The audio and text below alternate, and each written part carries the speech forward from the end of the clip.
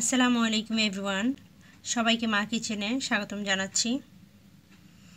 আজকে আমি আপনাদের তৈরি করে দেখাবো মাওয়া মাওয়া বা খোয়া, যে নামে চিনি না কেন আমরা, যে নামে চিনি। এটা কিন্তু মিষ্টি জাতীয় খাবারে খুব বেশি প্রয়োজন হয়, বা আমরা বিভিন্ন কিছুতে পুর হিসেবে ব্যবহার করতে পারি। এই মাওয়া পিঠাতেও ব্যবহার করতে পারি। আর এই মাওয়াটা অনেকেই আমরা কিভাবে তৈরি করতে হয় সেটা জানি না।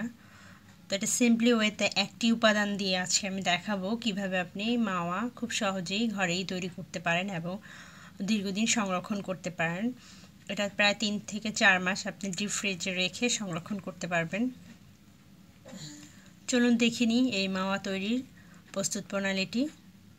ভিউয়ার্স, আমি এখানে 1 লিটার ফুল ক্রিম দুধ বসিয়ে দিয়েছি মাওয়াটা তৈরি করার জন্য। আমি এখানে প্যাকেটের দুধটা নিয়েছি। ফুল ক্রিম দুধে মাওয়াটা ভালো হয়। আর এবার এটাকে আমি কন্টিনিউ নেড়ে একদম শুকিয়ে ফেলবো। অবশ্যই নাড়তে থাকবেন যাতে এটা লেগে না যায় বা কোথাও পুড়ে না যায়। পুড়ে গেলে কিন্তু এটার কালারটাও নষ্ট হয়ে যাবে এবং খেতেও বাজে টেস্ট হবে। জালে বসিয়ে নেড়ে যেতে হবে মিডিয়াম আঁচে রেখে। এটা অর্ধেকটা হোক, তারপর আমি আপনাদের আবার দেখাচ্ছি। আমি যে দুধটা বসিয়েছি দেখতে পাচ্ছেন এটা হাফ হয়ে গেছে অলরেডি।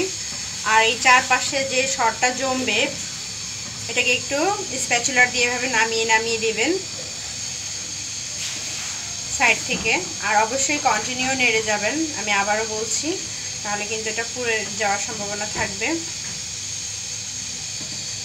দেখুন সাইড থেকে এভাবে এগুলোকে নামিয়ে দিবেন। এটা তো দুধের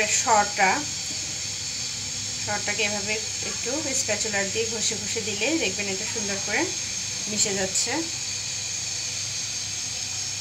এটাকে আমার আরও শুকাতে হবে,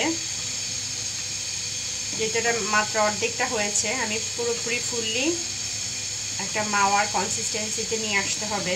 তো আমার আরও কিছু সময় লাগবে। এটাকে এভাবে নেড়ে আমি মিডিয়াম হিটে জাল করে নেব। তো ফাইনাল লুক আসা পর্যন্ত আমি অপেক্ষা করছি।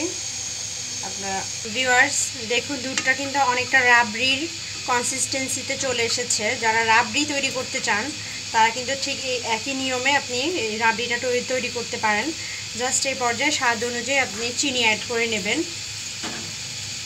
এটা অলমোস্ট প্রায় আমার মাওয়ার হওয়ার কাছাকাছি চলে এসেছে। আমি আরও কিছুক্ষণ নেড়ে নিলেই এটা মাওয়ার রূপ চলে আসবে। আমি দেখাচ্ছি। আর যে কোটায় বা যে কাপে আপনি মাওয়াটা সেট করবেন সেখানে অবশ্যই ঘি গ্রিস করে নেবেন। দেখতে পাচ্ছেন এটার মাঝে আমি ঘি গ্রিস করে নিয়েছি। ঘি বা অয়েল যেটাই পছন্দ মতো গ্রিস করে নেবেন। আমি আর কিছুক্ষণ নেড়ে যখন এটা পুরোপুরি শুকিয়ে যাবে তখন আপনাদের দেখাচ্ছি। তো আর আপনি চাইলে এই পর্যায়ে এর সাথে হাফ কাপ গুঁড়ো দুধ অ্যাড করতে পারেন, এতে করে আপনার মাওয়ার পরিমাণটা একটু বেশি হবে। আমি শুধু দুধ দিয়ে মাওয়াটা তৈরি করতে চাচ্ছি, যার কারণে আমি গুঁড়ো দুধটা ব্যবহার করছি না। জাস্ট একটি উপাদান দিয়ে কিভাবে মাওয়া তৈরি করতে হয় আমি সেটাই দেখাচ্ছি। দেখতে পাচ্ছেন একদম মাওয়াটা রেডি হয়ে গেছে, একদম হাঁড়ির গা ছেড়ে উঠে আসছে। তার মানে এটা এখন কমপ্লিট মাওয়া। একটু ধৈর্য নিয়ে করতে হবে, বাট অসম্ভব কিছুই না। ঘরেই আপনি তৈরি করতে পারেন মজাদার মাওয়া। এবার এটাকে আমি যে বাটিতে নেব সেটার মধ্যে আমি সেট করে নিচ্ছি। তারপর ঠান্ডা করে আমি আপনাদের দেখাচ্ছি পরিবেশন করে।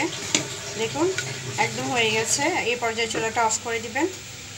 তৈরি হয়ে গেছে আমার মাওয়া। আমি এটাকে ডিপ ফ্রিজে আধা ঘন্টার জন্য রেখেছিলাম। দেখুন এটা মোটামুটি সেট হয়ে গেছে, শক্ত হয়ে গেছে। এটাকে আমি কুকি কাটারের মধ্যে সেট করেছি, তাই এটা একটু ডিজাইন হয়েছে। আর আমি একটা বাটির মাঝে এটা সেট করেছি। আর বাটি থেকে তোলার জন্য এরকম একটা নাইফের সাহায্যে 4-5টা জাস্ট এভাবে একটু ঘুরিয়ে চেপে নেবেন।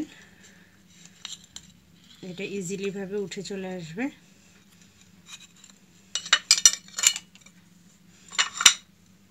ব্যাস, দেখলেন কতটা ইজি ভাবে তৈরি হয়ে গেল মাওয়া। এবার আপনি আপনার পছন্দ মতো যে কোনো মিষ্টি খাবারে দিতে পারেন এই মজাদার মাওয়া। আশা করি রেসিপিটি আপনাদের ভালো লেগেছে। ভালো লাগলে আমার চ্যানেলকে সাবস্ক্রাইব করবেন, ফ্রেন্ডস ফ্যামিলির সাথে শেয়ার করবেন, আপনাদের মতামতগুলো জানাবেন। আর আমার অ্যাক্টিভ মেম্বারদের জন্য আমি কিছু গিফটের ব্যবস্থা করেছি, যারা আমার রেসিপিগুলো সবসময় অ্যাক্টিভ আছেন, দেখছেন, লাইক কমেন্ট শেয়ারের মাধ্যমে আমাকে অনুপ্রাণিত করছেন। তাদের জন্য আমি কিছু গিফটের ব্যবস্থা করেছি, তাই সবসময় পাশে থাকেন। আল্লাহ হাফেজ, দেখা হবে পরের রেসিপির সাথে।